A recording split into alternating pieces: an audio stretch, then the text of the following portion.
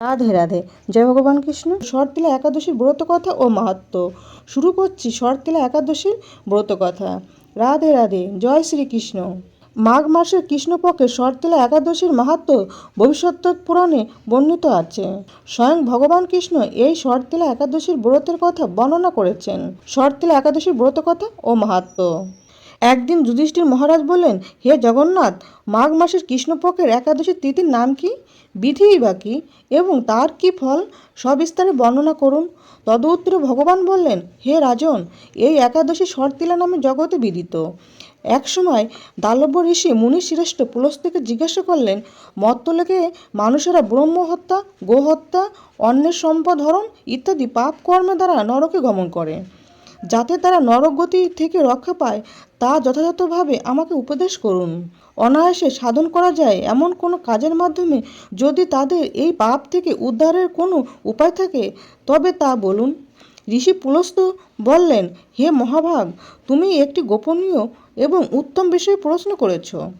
মাঘ মাসে সূচি, জিতেন্দ্র, কাম, ক্রোধ ইত্যাদি শূন্য হয়ে স্নানের পর সর্বদেবস্বর শ্রীকৃষ্ণের পূজা করবে। পূজাতে কোনো বিঘ্ন ঘটলে কৃষ্ণ কৃষ্ণ নাম স্মরণ করবে। রাত্রিতে অর্চনান্তে হোম করবে। তারপর চন্দন, অগ্রু, কর্পূর ও শর্করা প্রভৃতি দ্বারা নৈবেদ্য প্রস্তুত করে ভগবানকে নিবেদন করবে। কুষ্মাণ্ড, নারকেল অথবা 100 গুবাক দিয়ে অর্ঘ্য প্রদান করবে। কৃষ্ণ কৃষ্ণ মন্ত্রে শ্রীকৃষ্ণের পূজা করতে হয়। কৃষ্ণ আমার প্রতি প্রীত হন, এই বলে যথাশক্তি ব্রাহ্মণকে জলপূর্ণ কলস, ছত্র, বস্ত্র, পাদুকা, গাভী ও তিলপাত্র দান করবে।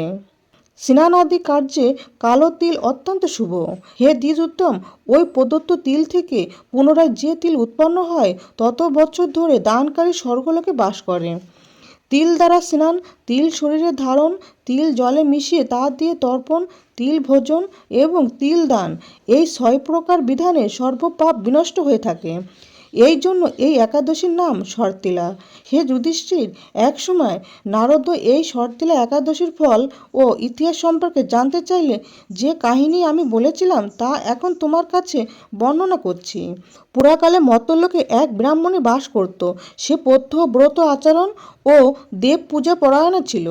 উপবাসক্রমে তার শরীর অত্যন্ত ক্ষীণ হয়ে গিয়েছিল।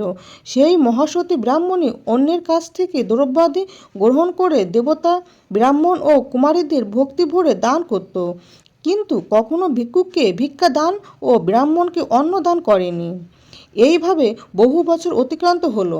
আমি চিন্তা করলাম, কষ্টসাধ্য বিভিন্ন ব্রত করার ফলে এই ব্রাহ্মণের শরীরটি শুকিয়ে যাচ্ছে। সে যথাযথভাবে বৈষ্ণবদের অর্চনাও করছে, কিন্তু তাদের পরিতৃপ্তির জন্য কখনো অন্ন দান করেনি।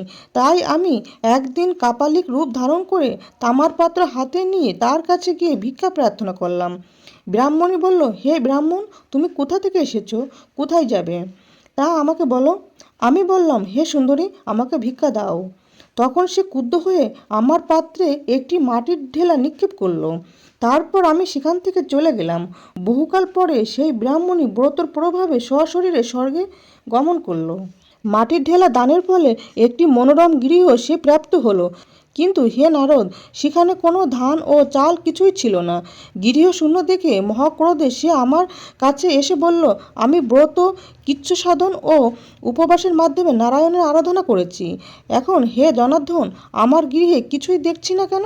হে নারদ, তখন আমি তাকে বললাম, তুমি নিজ গৃহে দরজা বন্ধ করে বসে থাকো।